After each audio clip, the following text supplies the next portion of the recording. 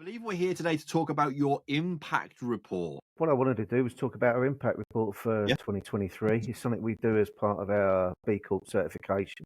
Gotcha.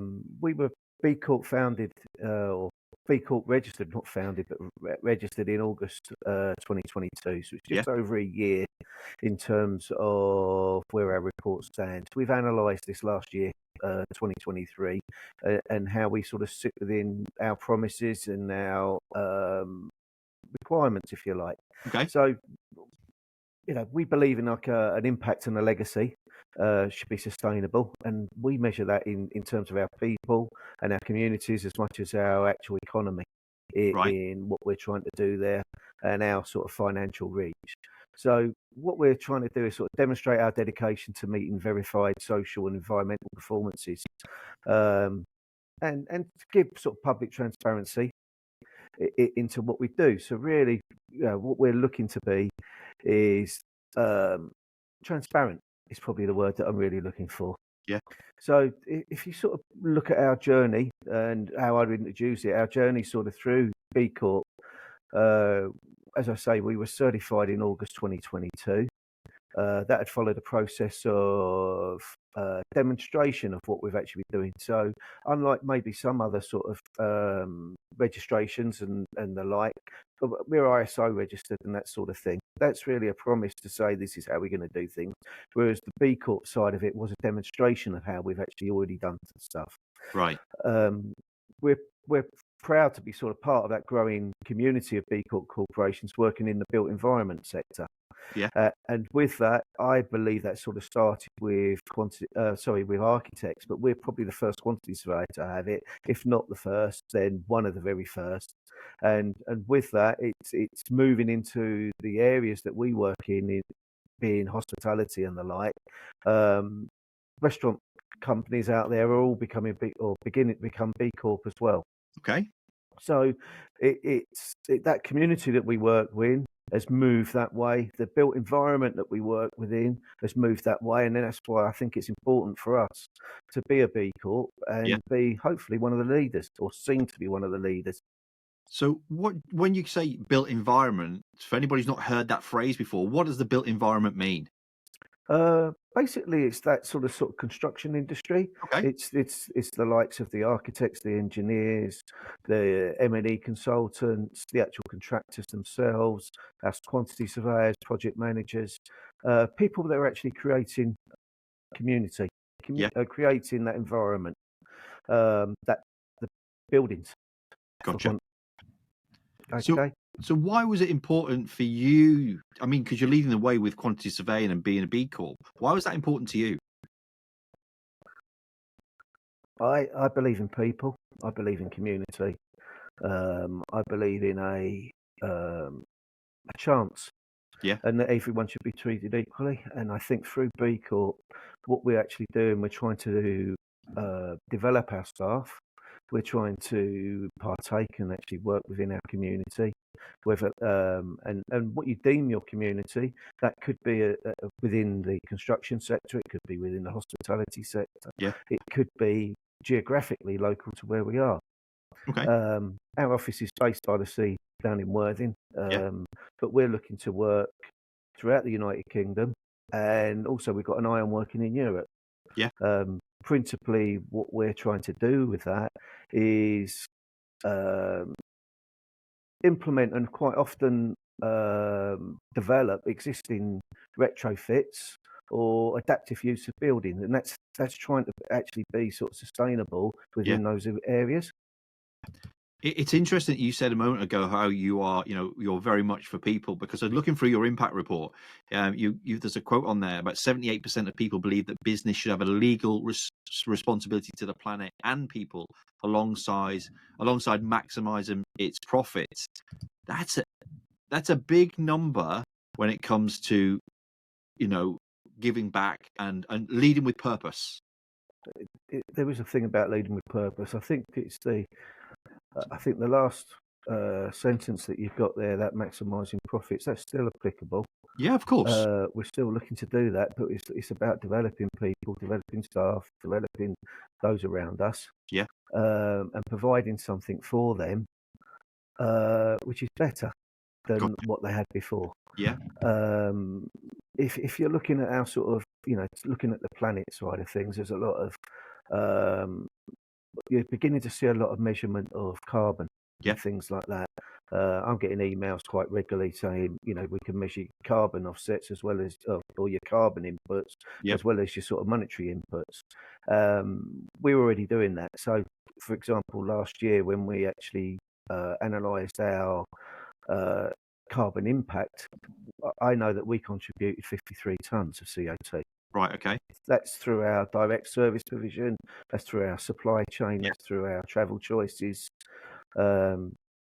What we look to do is I'm not going to say that I'm carbon neutral or carbon free in terms of what I do, but I look to actually offset some of that. So this year we'll be looking to actually buy into schemes of blue carbon removal. Yeah. We'll be looking to do some nature-based carbon avoidance.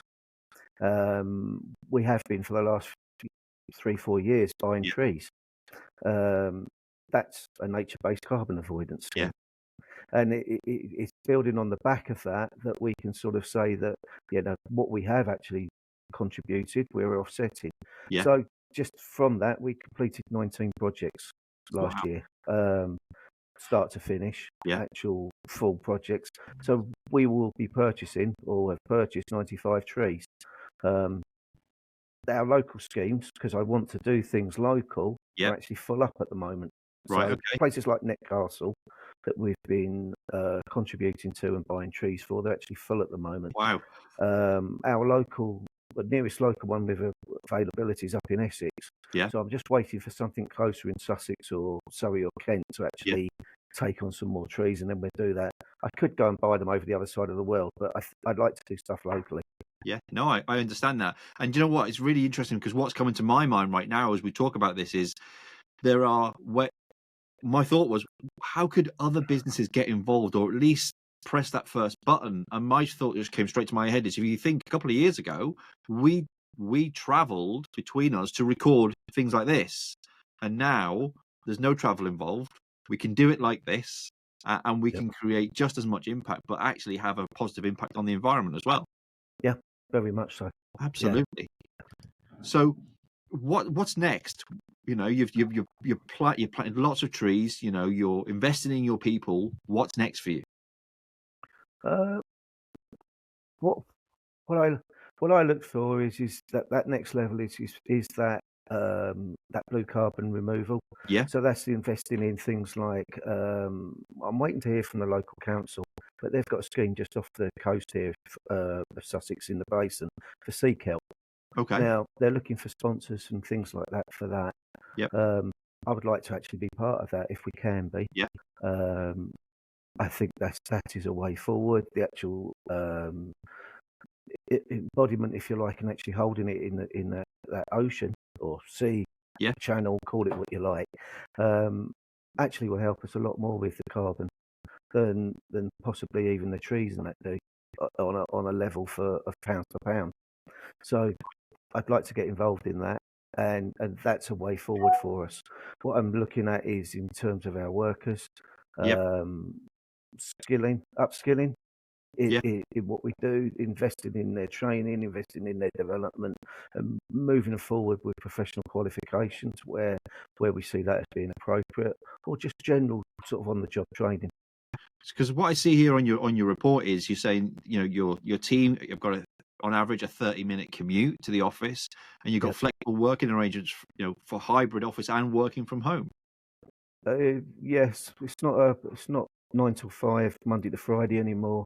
In terms of office life, that's flexible, that moves around. There's home working, there's site working, and there's office working. Gotcha. So how does that impact you, and how does that impact the environment, and how does that support being a B Corp? It impacts a lot of in one there. It impacts on a few levels. In terms of our actual workers, we're showing them the flexibility to be able to work at home. That's showing consideration for what they're doing there. In terms of the environment, we cut down commutes and things like that by home working. In terms of actual site and our actual professional approach to jobs, it should not make any difference. Okay. So you mentioned there about work, people working locally and having that shorter commute. So how does that, I suppose, impact on your local community? Because I know community is a big piece for you personally, and with regards to being a B Corp business. Okay. Um, in in terms of staff, it depends what you term local. I would say within 50 miles is the sort of local for us Okay. in consideration of what we're doing. Yeah. That covers quite an area, although half our sort of circumference, if you like, is the English Channel. So, Right. we get up to London and that sort of thing within that. A 30-minute commute is a reasonable distance. Yeah. What it means is when we're paying wages for things, that money tends to be invested within that 50-mile area. Yeah. So we might be paying off large supermarkets and the like, but all the leisure time and food and drink and activities and that sort of thing tend to be in that area. So that means that there's a reinvestment part on into that local area. And mentioning your reinvestment there, I see on the report you've invested 150 hours of pro bono time into the hospitality sector. Yep. That was last year. Yeah. With that, that was a particular project that we Okay. worked on. We worked on it for free, as it says. It was a charitable business. Yeah. It was a not-for-profit.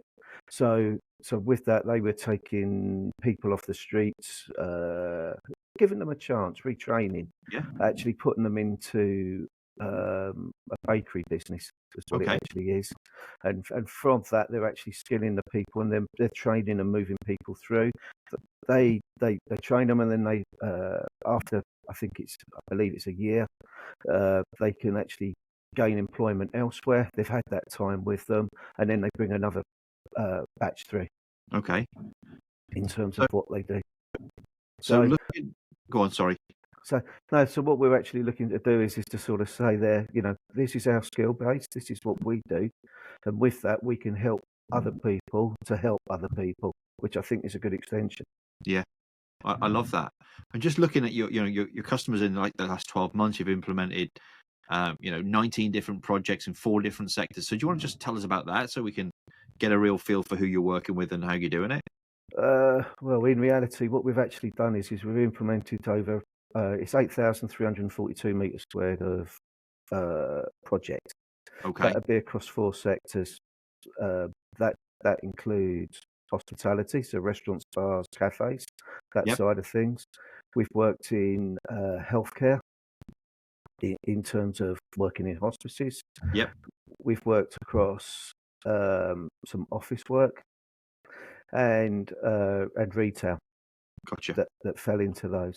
So if you're looking at in terms of what the reach for those could be, if you're looking at um, one of our major clients is Gaucho. If you look Yeah. at every time we open up a Gaucho, I believe it was 5 actually fell within the calendar year, either just overlapping to complete or being started. But if you look at each of those, there's probably about 100 staff are actually employed each time at each of Right. those Okay. locations.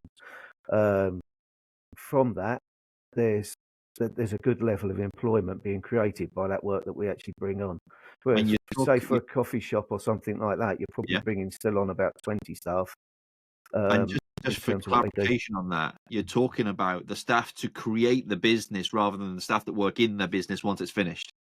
It's the staff that work in the business when it's finished. Right. Okay.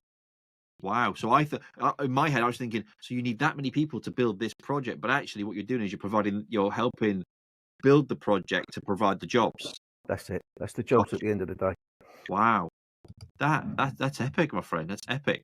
So what's next? What's next for you? Uh, we keep on monitoring this, and we'll do it Yep. again for 2024. Yep. In terms of continuation of what we do, we've still got the donations to the food banks and the sponsorships and things like our local arts centre. We'll still Yep. keep through. We've committed for 3 years to not for sale. for what they do through M and Gaucho Fantastic. to help him for them. We're keep on with our governance. I'm conscious of the fact that yes, it's just over a year with B Corp, but within 3 years we get reassessed again. So it's a Okay. case of narrowing down and actually refining that and that demonstration to make sure that when we're assessed again in 3 years' time, we're hitting the expectations. And those expectations do appear to be rising as well with Yeah. the governance notes that come through. So how can people get in contact with you so that they can, if they've got questions on being a B Corp? Okay, if they've got questions on being a B Corp, I'll be really delighted to take a few calls. And if I can't answer your question directly, I know people that helped me Yep. that would likely to be able to help you. So the Right. best ways, you can contact us through the website. Yep. You can contact me on the office email or my personal email, and the telephone number. If you look through our website, it's got all our contact details on there. Fantastic. Julian, super, super informative. And I'm really, really excited to see what you're doing in 2024. Okay, thank you very much. Yeah. No, my pleasure.